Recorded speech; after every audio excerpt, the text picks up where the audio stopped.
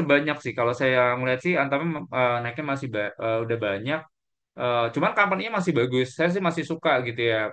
Bullion Bank, Digital Bank ini masih jadi kayak tren yang positif gitu ya. Tren gold juga harusnya demand menurut saya masih juga masih bagus. So masih menarik sebenarnya. Cuman kalau pengen cari upside yang lebih banyak, saya sih kayaknya lebih personally lebih ke MDKA sih ya, Pak Agus ya.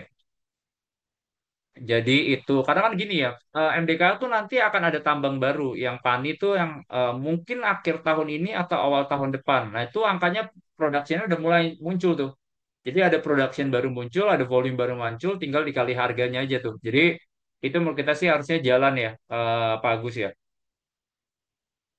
MBMA, nah ini MBMA ini lagi rame masalah Danantara Play sih ya, Pak Yosua ya. Jadi MBMA ini ya itu kemarin tuh yang kayak si Danantara bilang akan masuk ke eh, Indonesia Battery Corporation. Itu saya lupa deh. Yang saya masuknya lupa di level yang mana. Cuman apakah mereka bakal menjadi kayak investor barengan sama CATL sama Huayu? Cuman intinya sih sebenarnya skemanya si Danantara ini ngelihat play buat ke baterai listrik ini mereka bakal support karena kan salah satunya kan adalah masalah hilirisasi. Nah, cuman ini long term play ya, long term play sebenarnya kayak demand pertanyaan satu sih buat ke baterai listrik yang base-nya nikel mangan kobalt gitu ya bakal wow atau enggak sebenarnya. Nah, ini kita kalau ngomongin industry wise itu yang modelnya NMC nikel mangan kobalt itu kepake sebenarnya buat mobil-mobil tuh yang lebih premium, lebih mewah. Karena kan mereka range-nya bisa lebih jauh kan, dan setinya kan bisa lebih panjang. Nah, beda, cuman harga lebih mahal. Nah, beda sama tipikalnya LFP. Nah, LFP itu tuh biasanya kan lebih harganya lebih terjangkau. Harganya lebih terjangkau, dan setinya nggak setinggi si NMC. Cuma mereka secara safety juga lebih bagus gitu ya. Kalau klaim itu mereka tuh lebih bagus. Nah, jadi kalau kita lihat by composition tuh di China sekarang tuh kalau nggak salah 33% itu adalah NMC base, sisanya tuh 66% itu adalah LFP base.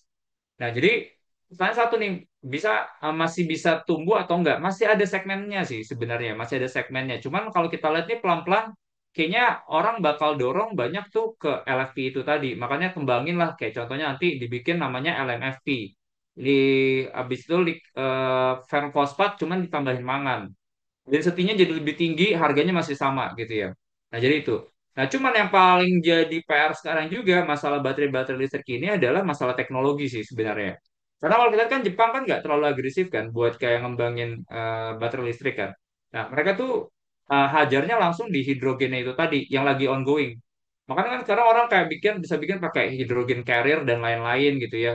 Eh, Amonia jadi kayak salah satu package buat kayak hidrogen carbon dan lain-lain itu yang menurut kita tuh jadi resiko paling utama buat ke baterai listriknya sih ya Pak Yusua. Jadi menurut saya sih personally kayak gitu ya. Jadi apakah sustain atau naik short term ini naik ketolong dari sisi Danantara. Cuman long term demand kayaknya masih agak lumayan berat sih Pak ya buat ke ini ya ke baterai listrik ya. Jadi seperti itu sih Pak Yusua ya.